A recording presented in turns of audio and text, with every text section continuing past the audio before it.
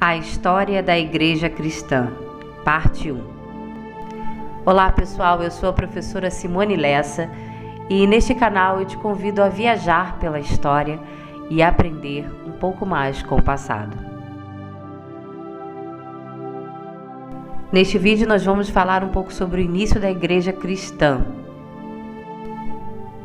A Igreja Cristã teve início na Judéia, dentro da cidade de Jerusalém, quando um grupo de judeus, seguidores de Jesus Cristo, estavam reunidos no local privado para adoração e oração, após alguns dias da crucificação do seu Messias. Esse grupo começou a praticar ações e milagres que antes eram realizados por Jesus. Além disso, começaram a divulgar a mensagem de Cristo para toda a Judéia, Samaria, até os confins da terra. Esses judeus viviam no contexto histórico marcado pelo domínio do Império Romano sobre todo o mundo antigo, abrangendo a Europa, norte da África e parte da Ásia. A infraestrutura do Império Romano ajudou na divulgação rápida do Evangelho pregado pelos apóstolos, pois nesse tempo havia toda uma estrutura de transportes e navegações mais complexa e segura, ligando várias regiões do mundo antigo, tais como estradas e embarcações mais fortes e velozes. Neste tempo, já haviam cidades mais estruturadas e vigiadas pela guarda romana, que também facilitava a circulação de pessoas e mercadorias. Além da infraestrutura, a cultura helenística da época auxiliou no registro e comunicação dos escritos revelados nos livros do Novo Testamento, uma vez que os apóstolos e discípulos os escreveram na língua grega.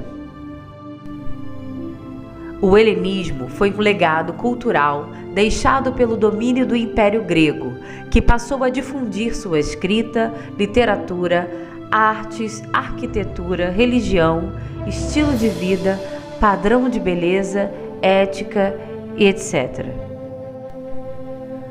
Esses elementos da cultura grega ou helênica foram sendo agregados por componentes da cultura europeia, asiática e ocidental. Na prática, isso quer dizer que quase todo o mundo antigo sabia falar o grego, até os primeiros apóstolos, que, muito embora sendo hebreus, possuidores de uma matriz cultural diferente do grego, ainda assim sabiam se comunicar na língua grega, o que facilitou a divulgação do Evangelho para os povos não judeus.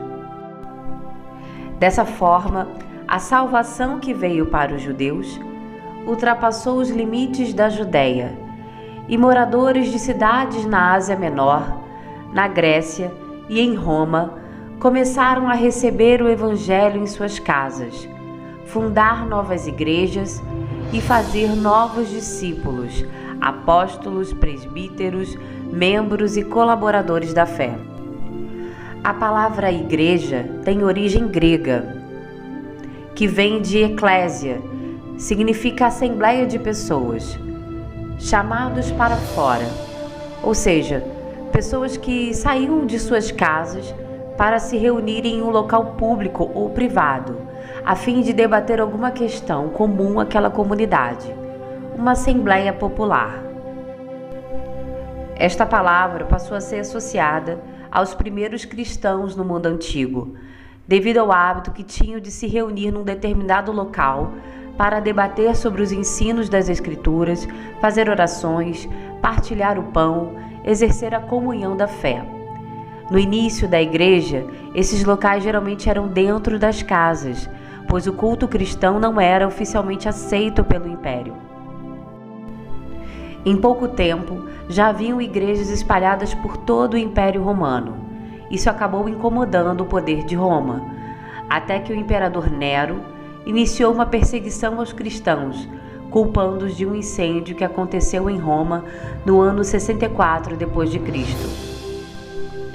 As perseguições se intensificaram desde que Roma percebeu que a religião cristã, em rápida expansão, não poderia coexistir com a cultura religiosa politeísta da época, ou seja, o Deus cristão não seria mais um no panteão romano.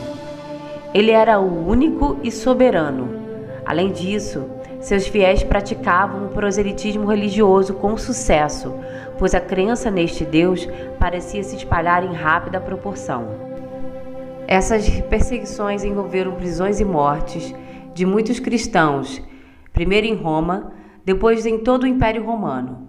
Elas cessaram durante o governo do imperador Constantino, que assinou, em 313 d.C., o Edito de Milão, que tolerava a religião cristã dentro do império, coexistindo com outras crenças.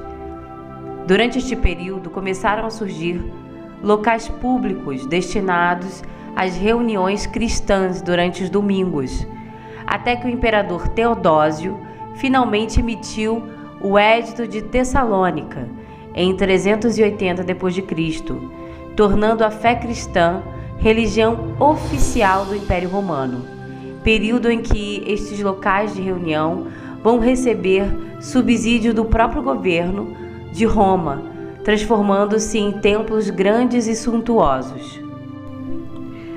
Ou seja, a fé que antes era combatida pelo Estado passou a ser a religião do Estado.